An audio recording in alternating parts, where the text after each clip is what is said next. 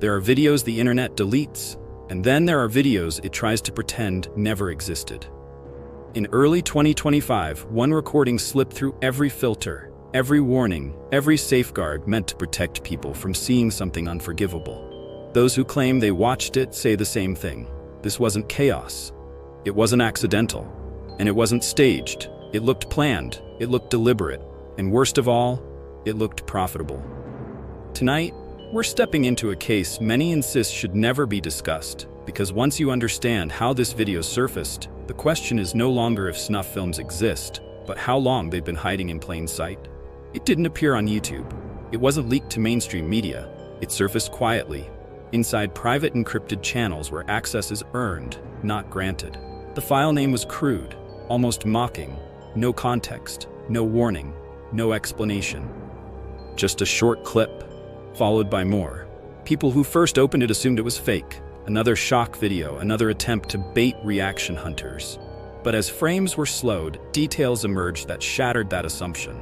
The lighting was intentional.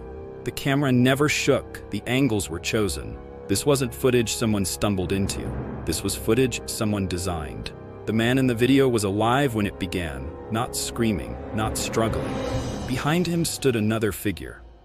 Calm, unhurried, methodical. What followed wasn't rushed violence. It was a process. Cuts were precise, movements were practiced. The camera never looked away. And when the act was complete, the recording didn't stop. It continued, documenting what came next in a way that suggested one horrifying truth. This wasn't captured for memory. It was captured for distribution. At first, people argued. Some claimed special effects. Others insisted it was an elaborate hoax. But then analysts noticed things you can't fake easily. Realistic blood behavior, anatomical accuracy, environmental continuity across multiple clips. And then came the metadata. The files weren't raw. They had been edited, compressed, packaged. Someone had prepared this content to be consumed. That's when the word no one wanted to say out loud began circulating again. Snuff. Soon, online investigators began asking the most dangerous question of all. Who was the man in the video?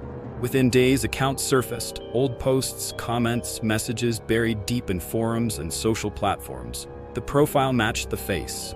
A Vietnamese man, active online, openly fascinated by extreme fantasies. Some posts read like dark humor, others like rehearsals. There were messages suggesting a desire to cross a line most people only imagine.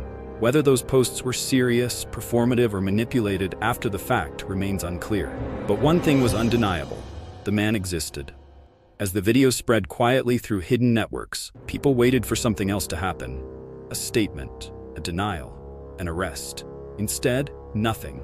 Weeks passed with no official confirmation, no press conference, no public warning, just silence. That silence fueled speculation. Was this being suppressed? Was it too disturbing to acknowledge? Or was something bigger unfolding behind closed doors? Then suddenly, everything shifted. A suspect was taken into custody. A man in his late 50s, living an unremarkable life. No public history of violence. Authorities confirmed he was connected to the victim. They confirmed a homicide investigation. But here's what they didn't confirm: whether the video was sold, whether others were involved, whether similar recordings existed. And most chilling of all, they never denied the authenticity of the footage. Violence has appeared online before. Cartel executions, terrorist propaganda, surveillance footage. But this case stands apart for one reason: intent. This wasn't documentation of chaos. It wasn't ideological. It wasn't spontaneous. It was curated. Which raises a terrifying possibility, not just about this case, but about the internet itself. If this was real, if this was deliberate, then it wasn't made for shock. It was made for demand. Was the victim manipulated or consenting? Was this an isolated act or part of a hidden economy? And if the footage surfaced accidentally, what hasn't surfaced yet? Authorities have closed off details. Files remain sealed. Key information is missing. And in cases like this, what's missing matters more than what's revealed. Some believe this was a singular crime amplified by the internet. Others suspect a darker structure, one that operates quietly, exchanging content in spaces most people will never see. And then there's the most disturbing theory of all, that this wasn't the first. Just the first one to escape containment. The video is gone now, wiped, hunted, erased wherever it appears. But erasing evidence doesn't erase reality. Because once something like this exists, once it's created, once someone watches and wants more, it doesn't disappear. It waits. And the real question isn't whether this was the first real snuff film. It's whether it was only the beginning. If you were listening closely, tell me this. Do you believe this was an isolated crime, or proof of something much larger? Your theory matters more than you think. In the first weeks of 2025, something unusual began to move through the internet's deepest corridors. Not openly, not loudly. It appeared inside invitation-only Telegram channels, forums that don't show up on search engines, digital rooms where nothing is shared unless someone wants it found. The file didn't come with a press release or a manifesto. It didn't claim to be real. It was simply there, a short clip at first, then fragments, then still images. Each repost carried the same crude title, The Vietnamese Butcher, as if whoever released it wanted the name to stick, wanted it to spread unchanged, untouched. For years, people online had laughed at the idea of snuff films, urban legend, shock fiction. Something whispered about in the 1970s, exaggerated by movies, but never proven. But this time, the jokes stopped quickly, because this footage didn't behave like fake gore. It didn't loop, it didn't cut away at the critical moment, and it didn't rely on dramatic music or theatrical framing. It was quiet, cold, functional, and that silence unsettled people far more than screaming ever could. As the clip spread, a familiar pattern emerged. Viewers would download it, watch only seconds, then disappear from the conversation entirely. Others returned shaken, typing less, speculating more carefully. The usual internet chaos was missing. No memes, no parody edits, no clout chasing, just unease. Cybersecurity researchers began dissecting the footage frame by frame. Not for entertainment, but because something about it felt wrong in a way seasoned analysts couldn't explain. The compression artifacts were consistent across files. The lighting suggested a controlled indoor environment.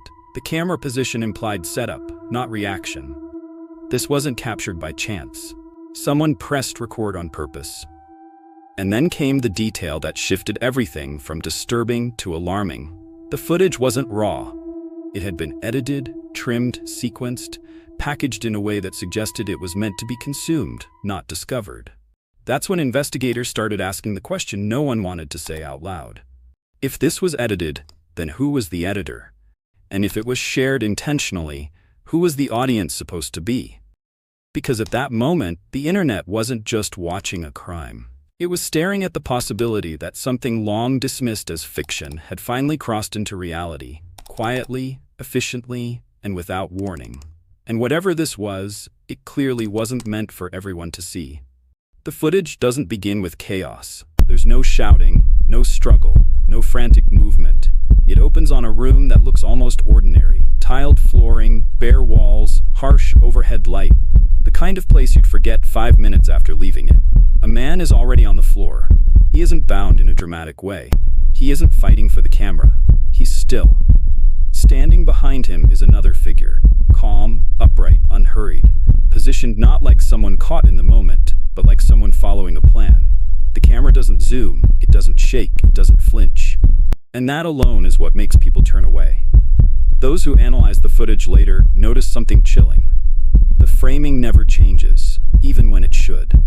As if whoever set it up already knew exactly where to point it and exactly how long it needed to run. Then comes the moment everyone mentions, the point where viewers stop arguing about authenticity. There's no dramatic buildup, no cinematic pause, just an action carried out with unsettling efficiency. The recording doesn't cut away, it continues, not to shock, but to document. What follows is not chaos, but order. Movements are deliberate, objects are placed carefully. The scene evolves in stages, each one recorded from the same angle, under the same light, with the same emotional emptiness. This is not rage, it's procedure. Later clips show the aftermath, not in a single burst, but broken into segments, as if whoever handled the files wanted to control how much the viewer absorbed at a time. Still images appear between videos, close-ups, wide shots, not artistic, not emotional, clinical. Some frames suggest the remains were repositioned. Others imply preparation. Nothing feels impulsive, and that's the detail investigators keep returning to. Because random violence leaves fingerprints of chaos. This didn't. Everything about the footage suggests intent, not just in the act itself, but in what came after. The files were trimmed, the order was chosen, the pacing was intentional, which means someone didn't just commit a crime, someone produced content. That realization is what caused seasoned analysts to stop calling it a video altogether. They started calling it a product. Because this wasn't filmed to be hidden, it wasn't filmed to be confessed, and it wasn't filmed by accident. It was filmed to be seen, shared quietly, traded carefully, consumed by people who already knew where to look. And once that possibility settled in, the conversation shifted from what happened to something far more disturbing. If this was created to be distributed, who asked for it? Who paid for it? And how many others were already waiting for the next one? That's when the term people had dismissed for decades resurfaced. Not as folklore, not as exaggeration, but as a question that could no longer be avoided. Because this didn't look like violence captured by chance. It looked like violence turned into currency. And if that was true, then the footage wasn't the crime. It was the advertisement. Once the initial shock faded, something colder took its place. Curiosity. The kind that doesn't feel optional. The kind that pulls people deeper even when they know they should stop. Private groups began to dissect the footage frame by frame. Not out of fascination, but necessity. If this was real, then someone in that room had lived a life before the camera ever turned on. And slowly, a trail appeared. It started with something small. The cadence of a voice heard briefly in one clip. A regional accent, subtle but unmistakable to those who knew it. Then a tattoo, partially visible, distorted by compression, but clear enough to match images pulled from old online profiles. Clothing, too. A shirt that appeared in the footage matched photos posted years earlier. Same stitching, same worn collar. Piece by piece, the digital outline of a real person began to form. A name surfaced quietly at first, passed between researchers in private messages rather than public threads. Nguyen Xuan Dat, born in 1989. And when his online footprint was uncovered, the case took a turn no one expected. His accounts were still there, some active, some abandoned, some archived by platforms but retrievable through caches and screenshots. What investigators found was disturbing, but not in the way they initially assumed. There were posts hinting at fascination, not with violence in general, but with surrender, with endings, with the idea of crossing a boundary most people only approach in fiction. Some messages read like dark jokes, others like thought experiments. And then there were conversations that made people pause entirely. Exchanges where he asked questions no one should be asking strangers, where he tested limits, where he spoke about death, not as fear, but as destination. Screenshots circulated, showing him searching for someone willing to take it all the way. Not metaphorically, not symbolically, literally. At first, many assumed it was roleplay, shock bait, an online persona crafted to provoke reactions, but the timestamps didn't lie. Some of these conversations happened shortly before the footage appeared. And suddenly, the narrative fractured. Was he a victim or a participant? Was he manipulated or seeking something irreversible? Investigators refused to answer publicly, but privately, they couldn't ignore the implication. If the man in the video had sought out danger, if he had willingly stepped into something he didn't fully understand, then the crime didn't fit neatly into any existing category. And that made it even more terrifying, because consent doesn't erase intent, and desire doesn't excuse outcome. What troubled analysts most wasn't what he posted, but how others responded. There were replies, encouragement, silence where concern should have been. Which raised a question no one wanted to confront. If someone online was willing to fulfill such a request, how many others were watching? And how long had this conversation been happening in the shadows, unnoticed, unchallenged, unrecorded? Until one day, it wasn't just text anymore. At this point, the investigation stopped feeling like a hunt for a killer. It began to feel like the exposure of a hidden ecosystem, one where lines blur, where roles reverse, where the internet doesn't just host darkness, it connects it. And somewhere within that connection, a real human life had vanished, leaving behind only fragments, files, and a question that refuses to go away. Did the footage document a crime, or did it document the moment fantasy became irreversible reality? Either answer leads somewhere deeply unsettling. And the people studying this case knew one thing for certain. Whatever happened in that room didn't begin there. It started long before. In private messages, encrypted chats, and corners of the internet most people will never see. And that meant the story was far from over. And then, everything stalled. No press briefing, no confirmation, no denial. As the footage continued circulating in sealed corners of the internet, people waited for the moment authorities would step in and say the words everyone needed to hear. They never came. Days passed, then weeks.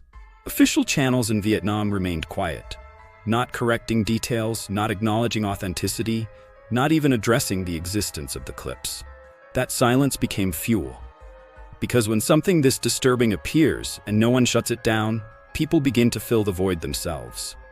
Online theories multiplied rapidly, splitting into camps that couldn't agree on a single truth. Some believed the footage was intentionally leaked, not as entertainment, but as exposure. A calculated release meant to flush out hidden networks by forcing them into the open. According to this theory, every repost wasn't just spreading horror, it was revealing who was watching. Others argued the opposite. They insisted it had to be fake, an elaborate fabrication designed to provoke panic, draw attention, or distract from something else entirely. They pointed to the lack of official confirmation as proof. If it were real, surely someone would have said so by now. But then came the contradictions. Cyber analysts pointed out that the files weren't behaving like hoaxes usually do. They weren't seeded broadly, they weren't promoted, they didn't chase attention. They moved quietly, from private group to private group, from trusted user to trusted user, almost as if the audience had already been chosen. Another theory surfaced, one that made people deeply uncomfortable. What if authorities weren't silent because they were uninformed, but because acknowledging the footage would confirm something far worse? That a line had been crossed, that a precedent had been set, that admitting this was real would force governments to confront crimes that don't fit existing laws or public understanding. And then there was the darkest speculation of all, that the video wasn't meant to leak yet, that it escaped early, before whoever created it was ready. Because experienced users noticed something chilling. The footage looked incomplete, not missing pieces, but unfinished. As if more was supposed to follow. No clear ending, no closing frame, just an abrupt stop, like a project interrupted. That observation sent a new wave of fear through online communities. Because if this was a sample, a preview, a test upload, then the real question wasn't whether the video was fake or real. It was whether this was only the first release. Forums lit up with arguments, breakdowns, warnings, moderators locked threads, users deleted accounts overnight. Some claimed they were contacted privately after discussing the case, warned to stop asking questions. Others said their messages disappeared without explanation. True or not, paranoia took hold. The internet wasn't just discussing a crime anymore. It was watching itself. Every theory made the case feel larger, more slippery, harder to contain. And as debates raged and narratives fractured, one unsettling truth became impossible to ignore. No matter what people believed, the footage existed. Someone created it. Someone shared it. And for a brief moment, the world caught a glimpse of something it wasn't supposed to see. Whatever the truth was, hoax, exposure, accident, or intention, it had already done irreversible damage, because the idea had escaped. And once an idea like this enters the public consciousness, it never fully leaves. It waits. And the longer authorities stayed silent, the louder that waiting became. Then, without warning, the silence broke. Not with a press conference, not with a detailed explanation, just a name. In late November of 2025, fragments of confirmation began leaking through unofficial channels first. Whispered updates passed between journalists, legal watchers, and digital researchers who had been tracking the case since the beginning. An arrest had been made. The suspect wasn't a shadowy hacker or a faceless figure from the underworld. He was 57 years old. A former civil servant. A man who had lived quietly, predictably, almost invisibly. His name? Duan Van Sang. He resided in Lang Son province, far from the digital spaces where the footage had spread, far from the attention the case had drawn. When authorities finally acknowledged the arrest, the announcement was brief, measured, almost sterile. A homicide charge, an ongoing investigation. No further comment, no mention of the video's origin, no explanation for its distribution. no clarification about whether others were involved. The public received facts, but not context. And context was everything.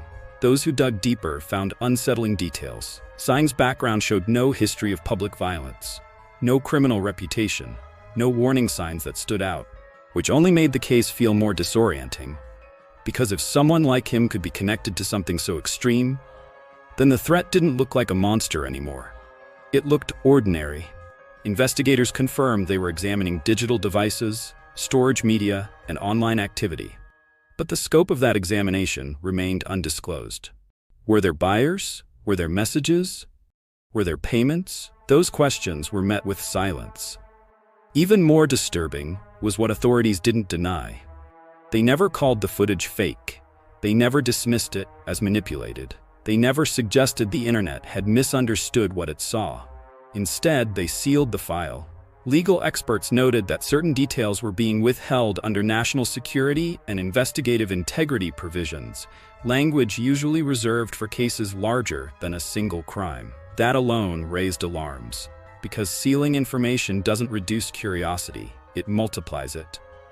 As news of the arrest spread, online discussions shifted again. Some felt relief, a sense that the nightmare had a face now, a boundary. Others felt something colder. Because the arrest answered only one question: who was connected to the room? It didn't answer who controlled the camera, who edited the footage, who released it, or who it was meant for.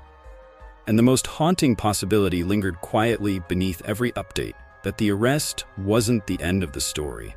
It was the moment the story finally became official, without becoming complete. Because if this was truly an isolated crime, clarity would follow. Instead, what followed was restraint, careful language, closed doors, and a case file that grew heavier with every detail kept out of public view. Whatever authorities had uncovered, they weren't ready to share it. And for those watching closely, that restraint spoke louder than any announcement ever could. It suggested that the footage wasn't just evidence, it was a doorway. And once opened, it led somewhere no one was eager to describe out loud. What makes this case truly different isn't just the act itself, it's the deliberate design behind it. Cartel videos, terrorist propaganda, even CCTV recordings of murders, they capture chaos. Violence happens, and someone records it. But there's no craft, no choreography, no audience in mind. This footage, it feels designed, carefully framed, methodically sequenced, edited, packaged, almost as if whoever created it had a blueprint for how it would be seen, digested, and shared. And that's the terrifying part, because when violence is planned with this level of precision, it stops being a crime that simply happens. It becomes a product, something intended to be distributed, consumed, even in some sense marketed. For analysts and law enforcement, that distinction changes everything. It isn't just about tracking a killer anymore. It's about understanding a system, a network, a potential market for something that should never exist. And legally, it raises questions that no court has fully answered. If something is created to kill, filmed and shared for an audience, how do we categorize it? Where does traditional law stop and a new category begin? For the first time in modern history, investigators were not just staring at a violent act. They were staring at the potential birth of an entirely new, deliberate form of exploitation. A true snuff film. And that distinction between gore captured by accident and murder captured as content is what makes this story unlike anything else online. This isn't just horror caught on camera. This is horror that was produced, planned, intended to be seen. It forces a question no one wants to answer. If something like this can be created and someone can profit from it, how many others might already exist, waiting unseen? Because intentionality changes everything. And in this case, it makes the fear far more intimate, far more insidious, far more real. And yet, for all the pieces investigators have collected, for all the digital breadcrumbs traced back through encrypted channels and obscure forums, the deepest questions remain unanswered. Was Nguyen Xuan Dat truly a willing participant, drawn by fascination or obsession? Or was he manipulated, coerced, lured into something far darker than he could have anticipated? The evidence hints at both possibilities, but nothing provides certainty. Every screenshot, every message, every trace of his online activity can be interpreted in multiple ways. Was this a consensual act taken to a horrifying extreme, or was it a calculated act of control by someone else, a predator who recognized the perfect opportunity and exploited it? That distinction matters. It changes the way we understand not only what happened in that room, but who bears moral and legal responsibility. And then comes the wider, more chilling question. The one that keeps forensic analysts, cyber investigators, and even seasoned internet sleuths awake long after the screens go dark. If this is the first case ever documented in this manner, how many others are already out there? How many more videos, carefully recorded, edited, and quietly shared, lie hidden on the dark web, waiting for the wrong person to find them? Some believe that what we saw was a single aberration, a tragedy contained to one act. Others fear that it was merely a sample, a glimpse of a system operating entirely in the shadows, beyond the reach of law enforcement and moral oversight. No one knows who else might have been involved. Collaborators, viewers, facilitators, and whether they remain hidden behind anonymous profiles or encrypted networks, silently observing, silently encouraging.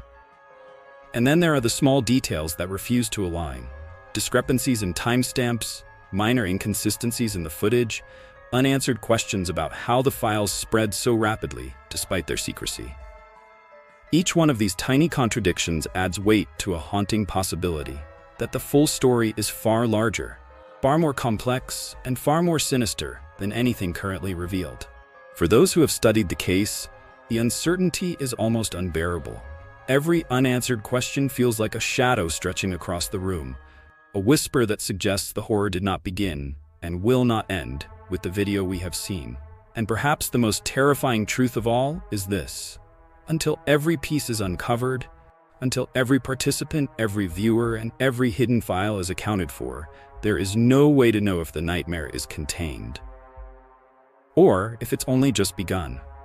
And that's where the story fractures into pieces no one can fully reconcile. Some observers are certain this footage proves that snuff films exist, not as a myth, not as an urban legend whispered in dark corners of the internet, but as a horrifying reality. For them, the deliberate planning, the editing, the very way the footage was distributed, all point to a criminal enterprise that transforms murder into content. Others insist the situation is far more nuanced. They argue that what happened could have been a consensual act, twisted and fetishized, a fatal performance that spiraled into tragedy. For these theorists, the question isn't about proof of a snuff film, but about the psychology of those involved, a private desire that went catastrophically wrong.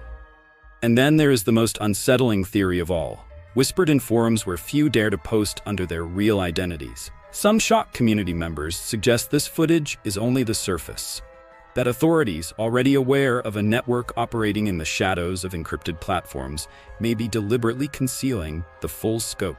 That what we have seen could be a fragment of something far larger, something systematic, something still alive in the hidden channels of the web.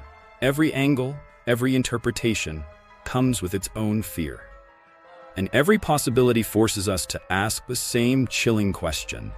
Was this murder captured for profit, for curiosity, for control, or for reasons we are not yet prepared to understand?